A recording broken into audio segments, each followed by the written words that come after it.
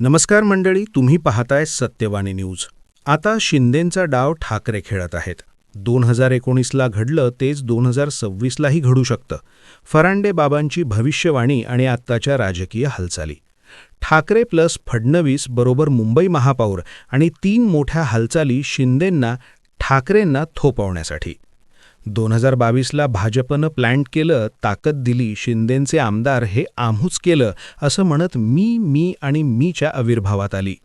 भाजपनं हावभाव ओळखले आणि अजित पवारांना सोबत घेतलं. तेव्हा कुठे शिंदेंचे आमदार जमिनीवर आले. रिपीट टेलिकास्ट 2024च्या विधानसभेला झाला. स्पष्ट बहुमत असताना 57 आमदारांच्या जीवावर शिंदेंना पुन्हा मुख्यमंत्री व्हायचं होतं. 8 दिवस लांबले आणि 5 डिसेंबरला फडणवीस मुख्यमंत्री आणि शिंदे उपमुख्यमंत्री झाले. तेव्हाचा शिंदेंचा बदललेला ओरा भाजप आजही विसरला नाही. म्हणून नगरपरिषदा, महानगरपालिका निवडणुका जर बघितल्या तर भाजपनं स्वबळावर लढवल्या. मुंबई सोडली तर बाकी सगळीकडे स्वतंत्र लढले. मेसेज एकच द्यायचा होता, आमच्याशिवाय तुम्ही काय, हे दाखवण्यासाठी हे प्रयोग झाले. योगेश कदम, संजय शिरसाट, दादा भुसाई, श्रीकांत शिंदे सगळे भाजपनं जामाज. महापालिका निवडणुकीनंतर ना भाजपचे शिंदे आहेत ना भाजपचे अजित पवार आहेत. थोडक्यात कुबड्या या निवडणुकीतच भाजपनं काढून फेकल्या किंवा स्वतंत्र केल्या. म्हणून जो विषय आज आपण समजून घेणार आहोत त्यात दम आहे.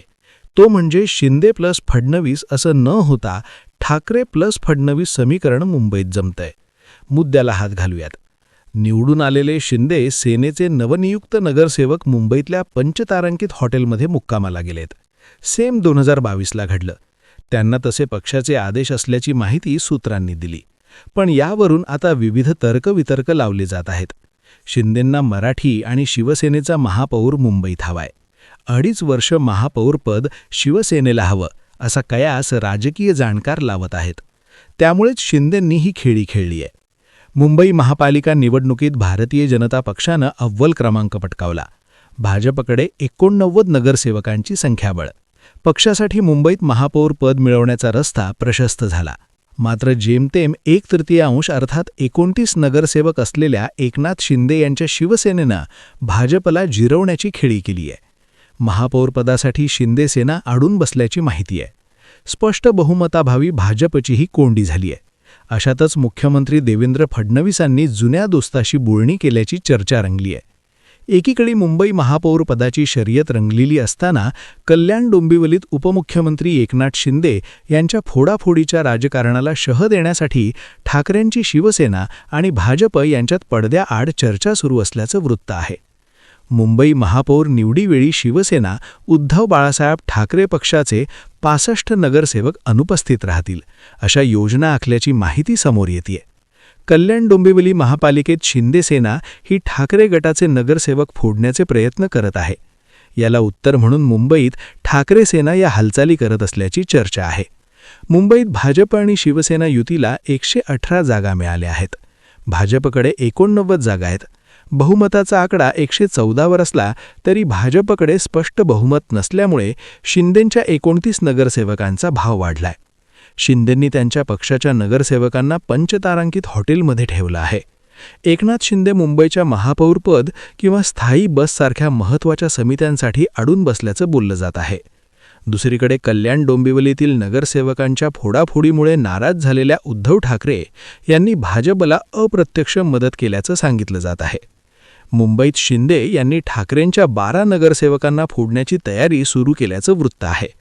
त्यानंतर उद्धव ठाकरेंनी देवेंद्र फडणवीसांशी संपर्क साधला आणि त्यामुळे पडद्यामागील हालचालींना वेग आल्याचं बोललं जात आहे. ठाकरे गटाच्या नगरसेवकांच्या अनुपस्थितीनं बहुमताचा आकडा कमी होऊन भाजपला अप्रत्यक्ष मदत होणार असल्याच्या चर्चांना उधाण आलं आहे. याचा थेट फायदा ठाकरे सेनेला होणार नसला तरी शिंदेंना महापौर पदापासून दूर ठेवल्याचं समाधान आहे.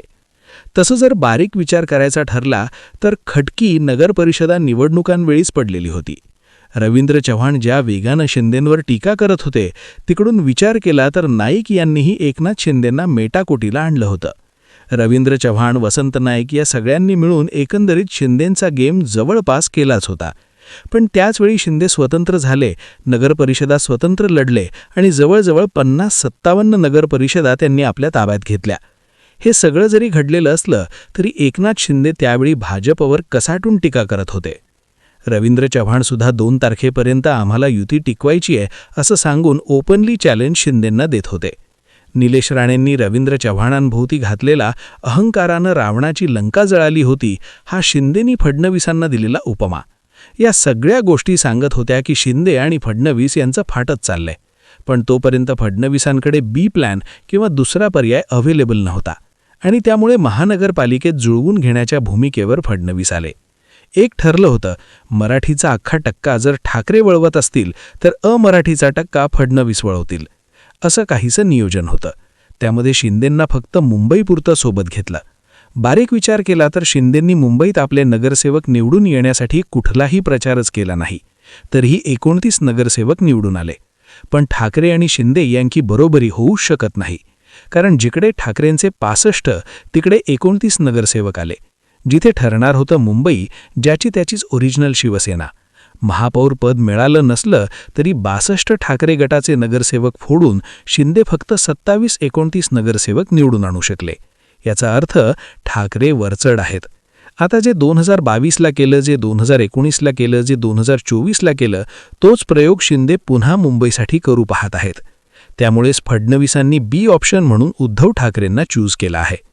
या सगळ्यांमध्ये जर असं घडलं की ठाकरे प्लस फडणवीस बरोबर मुंबईचा महापौर हा सिक्वेन्स जर बसला तर शिंदेंचा अख्खा खेळ संपतो.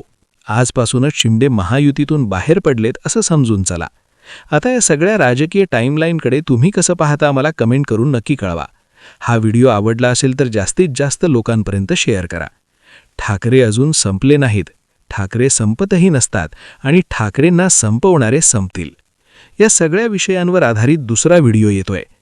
या व्हिडिओबाबत तुमचं काय मत आहे कमेंट करा, व्हिडिओ शेअर करा आणि अशाच राजकीय घडामोडी जाणून घेण्यासाठी आपल्या सत्यवाणी न्यूज या चॅनलला सबस्क्राईब करा. धन्यवाद.